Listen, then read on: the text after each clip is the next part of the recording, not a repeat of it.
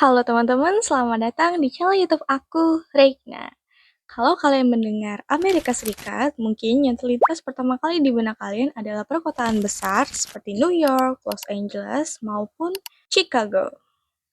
Secara geografis, Ozarks mencakup sebagian besar wilayah selatan Missouri dan utara Arkansas dengan bagian yang lebih kecil membentang ke Oklahoma, Kansas, dan Illinois.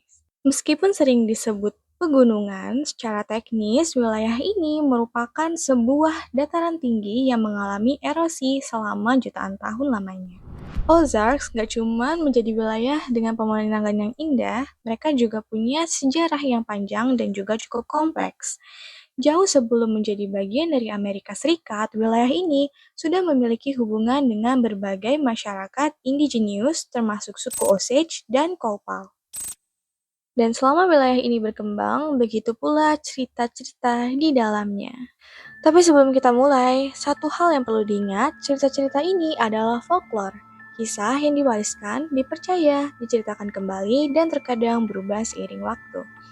Jadi, tujuan kita bukan untuk membuktikan bahwa makhluk atau kejadian supernatural ini benar-benar ada.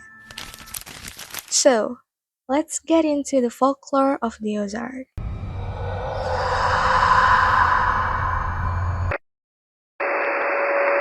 The Hornet Spoke Light. Di kawasan Ozarks, tepatnya di dekat perbatasan Missouri dan Oklahoma, ada sebuah jalan yang dikenal dengan nama Devil's Promenade. Tempat ini sudah lama dikaitkan dengan sebuah fenomena cahaya misterius yang kemudian dikenal sebagai Hornet Spoke Light. Orang-orang yang mengaku pernah melihatnya menggambarkan sebuah cahaya yang muncul dari kejauhan. Biasanya terlihat seperti bola cahaya yang melayang di atas atau sepanjang jalan. Kadang cahayanya terlihat kecil, kadang juga jauh lebih besar, dan menurut sejumlah kesaksian, cahaya tersebut bahkan dapat berubah warna, bergerak, dan seolah-olah menjauh ketika seseorang mencoba untuk mendekatinya. Tapi yang membuat fenomena ini menarik bukan hanya cahayanya. Ada cerita yang sudah berkembang selama beberapa generasi. Menurut cerita yang beredar secara lokal, legenda mengenai Hornet Light sudah ada sejak tahun 1800-an. Namun, ketika para peneliti mencoba mencari catatan tertulis mengenai fenomena ini, bukti yang ditemukan ternyata jauh lebih baru.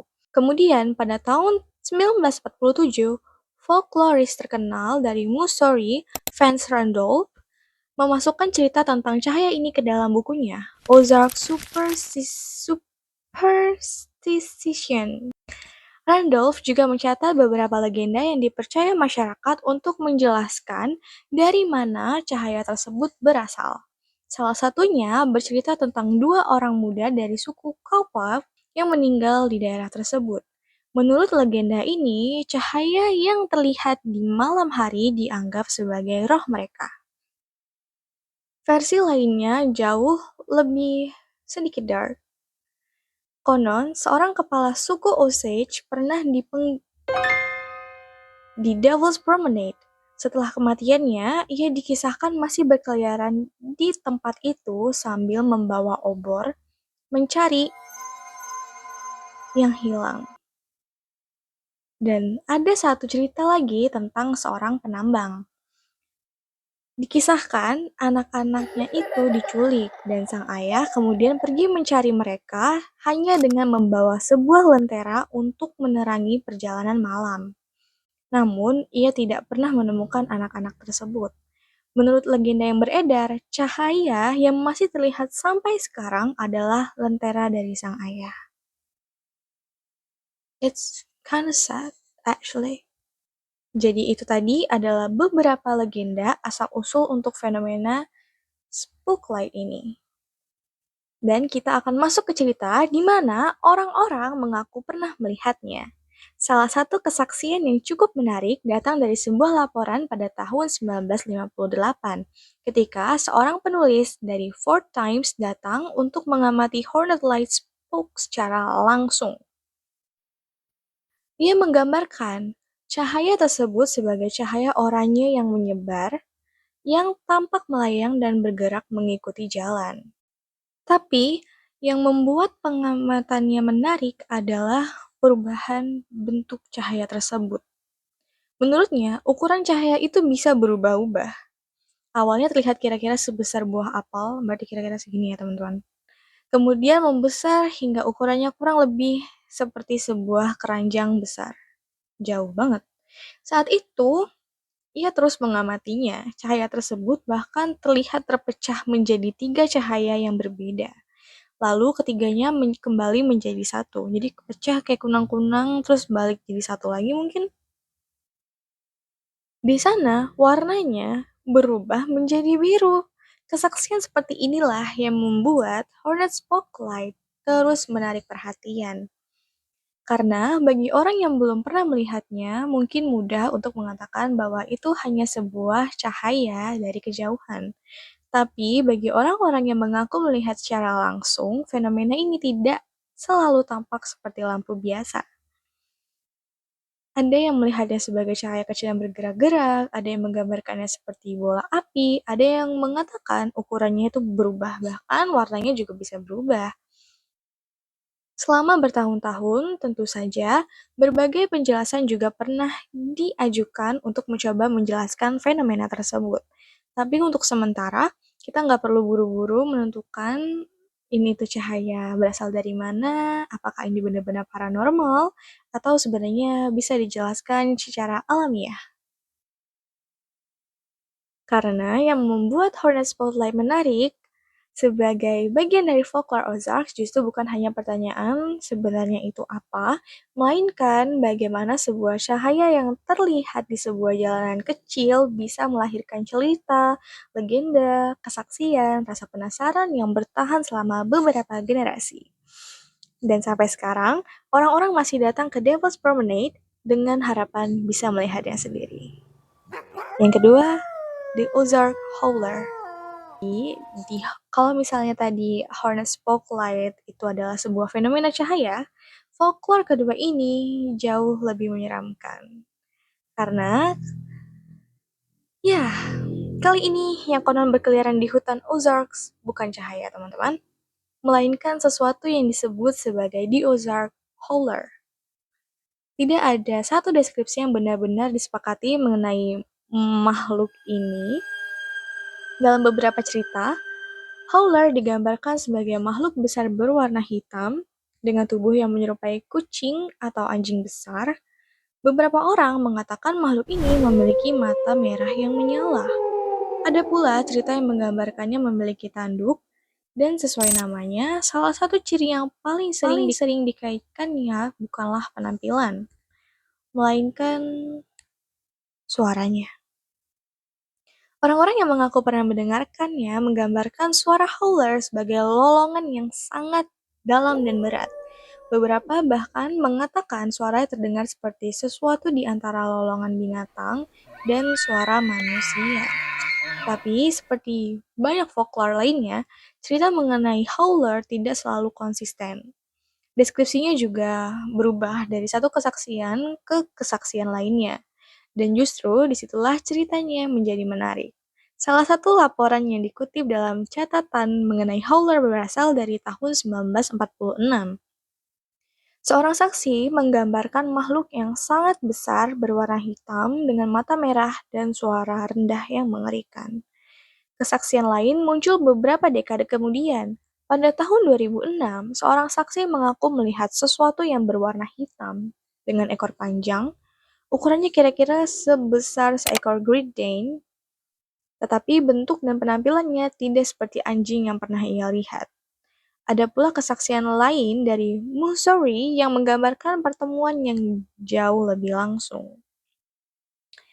Saksi tersebut mengaku melihat seekor makhluk besar berwarna hitam di dekatnya, dan kemudian ia mendengar suara yang menurutnya bukan sekedar suara binatang. Suara itu begitu aneh dan mengganggu hingga ia menggambarkannya sebagai sesuatu yang hampir terdengar seperti jeritan manusia.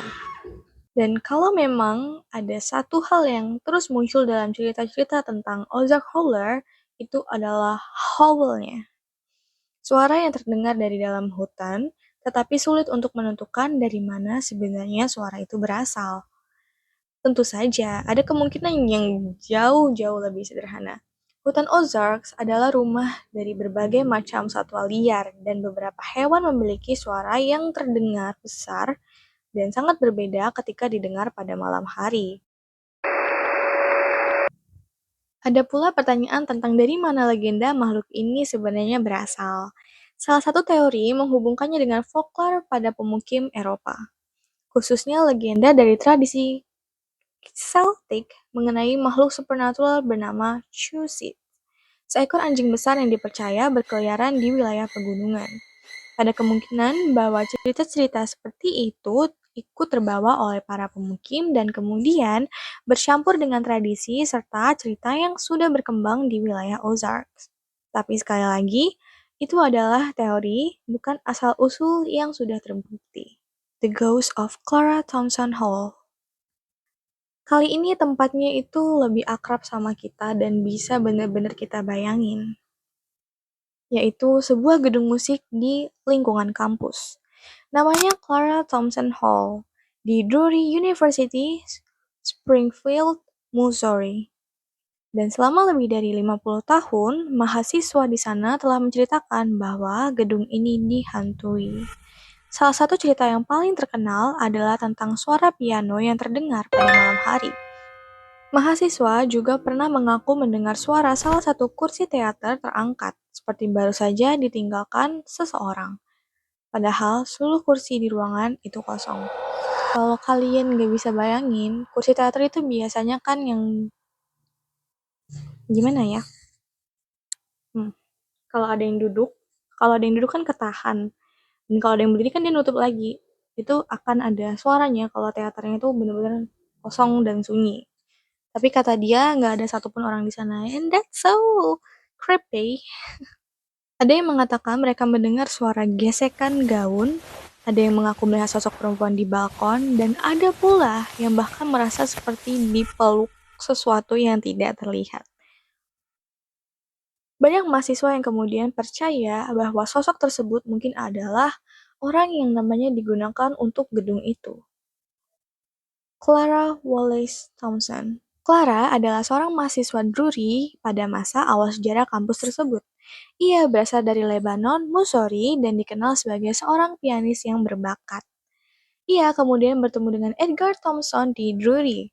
Setelah itu, Clara melanjut pendidikan musiknya di St. Louis sebelum kemudian menikah pada tahun 1894. Pernikahan mereka digambarkan sebagai salah satu pernikahan yang paling indah yang diselenggarakan di Lebanon. Setelah menikah, mereka pergi ke Eropa selama sekitar 1 tahun. Edgar melanjutkan studinya, sementara Clara juga berencana memperdalam kemampuan musiknya.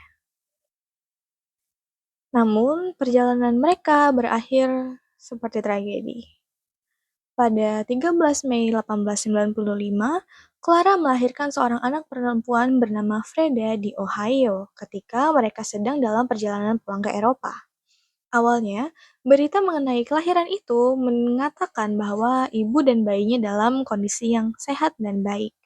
Namun, hanya beberapa hari kemudian, kondisi Clara memburuk.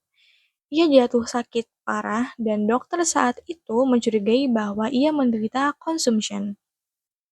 Istilah yang pada masa itu sering digunakan untuk penyakit tuberkulosis. Beberapa bulan kemudian, pada September 1895, Clara meninggal dunia di usianya yang 21 tahun. Putrinya, Freda, telah meninggal 1 bulan sebelumnya. Clara pergi dalam usia yang masih tergolong muda, dan puluhan tahun kemudian, kisah hidupnya kembali terhubung dengan Drury. Bagaimana bisa? Jadi, setelah ayahnya Clara meninggal pada tahun 1923, ibunya menggunakan sebagian besar kekayaannya untuk mendukung berbagai badan amal dan institusi. Dan Universitas Drury itu menjadi salah satunya. Pada tahun 1926, 3 bangunan baru didedikasikan di kampus tersebut, dan salah satunya adalah Clara Thompson Hall, yang dibangun untuk mengenang Clara.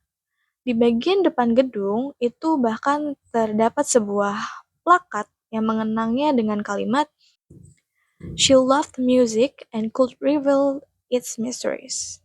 Dia mencintai musik dan dapat mengungkap misteri-misterinya. Dan mungkin justru karena Clara adalah seorang musisi, legenda tentang dirinya kemudian terasa menjadi sangat cocok dengan tempat yang dibangun untuk mengenangnya, yaitu gedung musik. Karena bertahun-tahun kemudian, mahasiswa mulai mengaku mendengar musik piano dari gedung tersebut pada malam hari, tidak ada yang bermain, namun musiknya tetap terdengar. Tidak jelas kapan tepatnya cerita hantu Clara ini muncul untuk pertama kalinya, namun informasi dari Drury sendiri yang dimuat pada 2011 menyebut bahwa cerita tersebut sudah ada sebelum tahun 1950. Namun, menurut arsiparis Drury, William Garvin, cerita tentang Clara tercatat dalam dokumentasi sejak tahun 1970-an. Dan menariknya, Garvin juga menjelaskan bahwa tidak semua cerita hantu di kampus itu benar-benar berasal dari sejarah. Beberapa legenda kampus lainnya ternyata memang sengaja dibuat. Ada cerita tentang sebuah gedung yang dikatakan berhantu karena seorang anak kecil konon meninggal di dalamnya kebakaran. Cerita itu kemudian diketahui sengaja dibuat oleh seorang siswa untuk sebuah proyek mengenai urban legend. Tapi cerita Clara punya sesuatu yang sedikit berbeda karena ada mahasiswa yang mengatakan bahwa mereka benar-benar mengalami sesuatu. Salah satunya adalah Lori Hutton yang mulai berkuliah di Drury sebagai mahasiswa musik pada tahun 1980-an. Ia sudah mengetahui legenda tentang Clara, dan menurut pengakuannya, ia memang pernah mendengar suara-suara aneh dan merasakan hal-hal yang tidak bisa dijelaskan ketika dia berada di gedung musik. Bertahun-tahun kemudian, Clara Thompson Hall direnovasi. Para mahasiswa bahkan bercanda bahwa Clara mungkin akan marah. Apalagi setelah gedung tersebut mengalami perubahan nama yang berkaitan dengan para donatur renovasinya. Dan kemudian terjadi sesuatu yang menurut mereka itu cukup menarik. Air mulai muncul dari lantai gedung. Of course ya, tentu aja itu bisa. Kemungkinan ada pipa bocor atau kesalahan teknis lainnya. Dan kita juga nggak bisa membuktikan bahwa suara piano, kursi yang bergerak, atau sosok di balkon itu benar-benar berasal dari Clara. Tapi ya, rest in peace buat Clara. Karena cerita ini juga kan untuk mengenang beliau sebagai mahasiswa Duri, seorang musisi muda, seorang istri, bahkan seorang ibu. Dan kita masuk ke cerita terakhir, The Wizard of Otto. Kalau kalian mendengar julukan The Wizard of Otto, mungkin kalian langsung kepikiran satu film yang sangat terkenal, yaitu The Wizard of Oz, yang waktu itu fenomenal juga, yang katanya filmnya terkutuk. Tapi kita nggak akan bahas itu. Ini adalah kisah tentang seorang pria misterius yang muncul di sebuah desa kecil di Ozarks pada tahun 1930-an. Namanya Omar Palmer. Setidaknya begitulah ia memperkenalkan dirinya. Karena sampai hari ini, Omar Palmer bukanlah nama aslinya. Pada Januari 1932, seorang pria berusia sekitar 70 tahun tiba di sebuah desa kecil bernama Otto di Stone County, Missouri. Otto sendiri bukanlah tempat yang besar, hanya ada kantor pos, toko kecil, tukang cukur, sekolah, dan juga gereja. Palmer pertama kali bertemu dengan pasangan bernama Etty dan Henry Cox yang kemudian memberinya tempat untuk tinggal. Ia mengatakan bahwa dirinya sudah berpergian ke berbagai tempat sebelum akhirnya menemukan daerah Otto. Dan untuk sementara, ia hanya menikmati hidupnya di sana, slow living, mancing, nyantai, ngambil air dari rumah keluarga Cox. Gak banyak orang yang tahu tentang masa lalunya. Dan kemudian banyak dong orang-orang semakin bertanya. Dan banyak juga cerita yang bermunculan. Ada yang percaya bahwa ia pernah memimpin rumah sakit besar. Ada yang mengatakan ia pernah belajar di 3 universitas ternama, bahkan ada yang menghubungkannya dengan Sir Joseph Lister, salah satu tokoh penting dalam pengembangan bedah antiseptik. Tapi tidak ada dokumen yang benar-benar membuktikan semua itu. Ketika ia ditanyai mengenai identitasnya, Palmer sendiri tidak memberikan jawaban yang jelas. Ia hanya mengatakan bahwa ia telah meninggalkan kehidupan lamanya. Ia pernah mengalami nervous breakdown lalu memutuskan pergi ke daerah terpencil untuk menjauh dari dunia.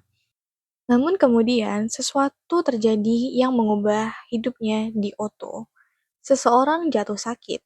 Sumber-sumber berbeda mengenai siapa pasien pertamanya. Ada yang menyebut seorang petani, sementara Palmer sendiri pernah mengatakan kepada seorang reporter bahwa ia merawat seorang perempuan yang menderita pneumonia. Ia merawatnya dan perempuan itu sembuh. Setelah kabar tersebut menyebar, orang-orang mulai berdatangan. Awalnya beberapa orang, lalu puluhan, kemudian ratusan.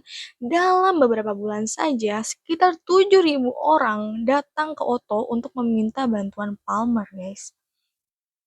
Dan kemudian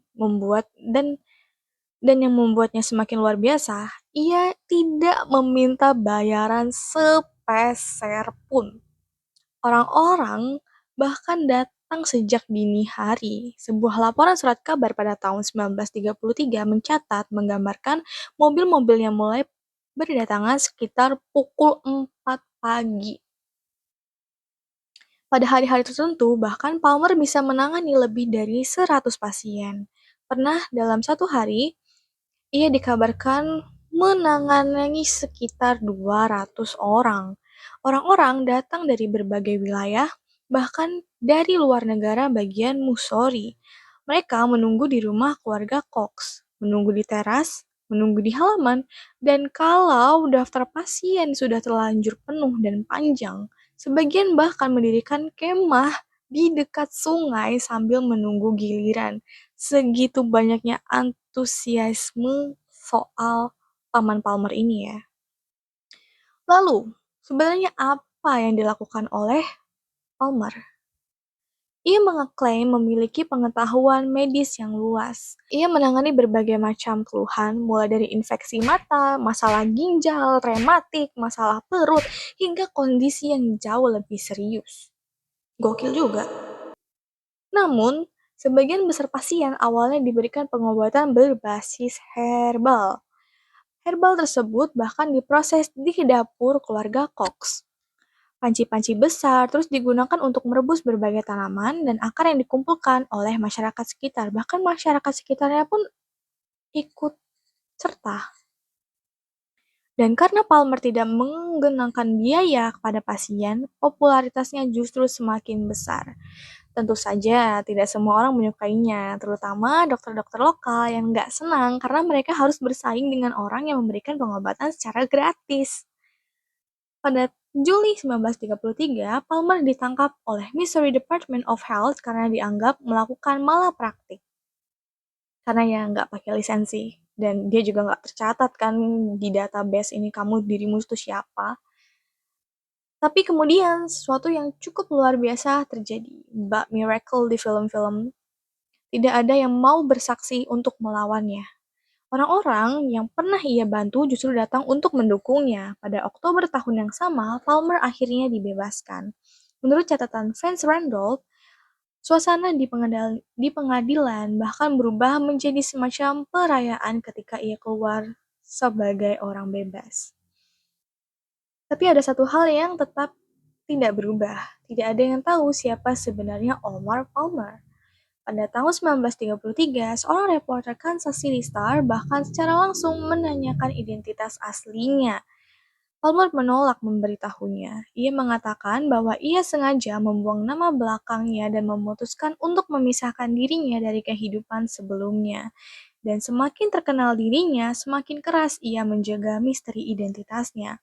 Surat kabar datang untuk mewawancarainya, tapi Palmer bahkan tidak mengizinkan fotografer untuk mengambil fotonya. So, ya,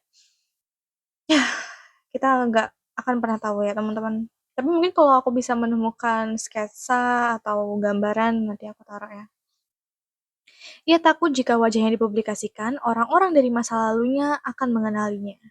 Namun popularitasnya terus berkembang.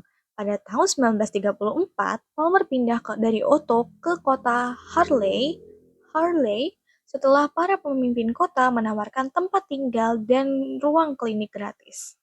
Di sana, jumlah pasiennya bahkan semakin besar. Mobil-mobil dari berbagai wilayah memenuhi jalan. Orang tidur di mobil, sebagian bahkan mendirikan tenda hanya untuk menunggu giliran bertemu dengan.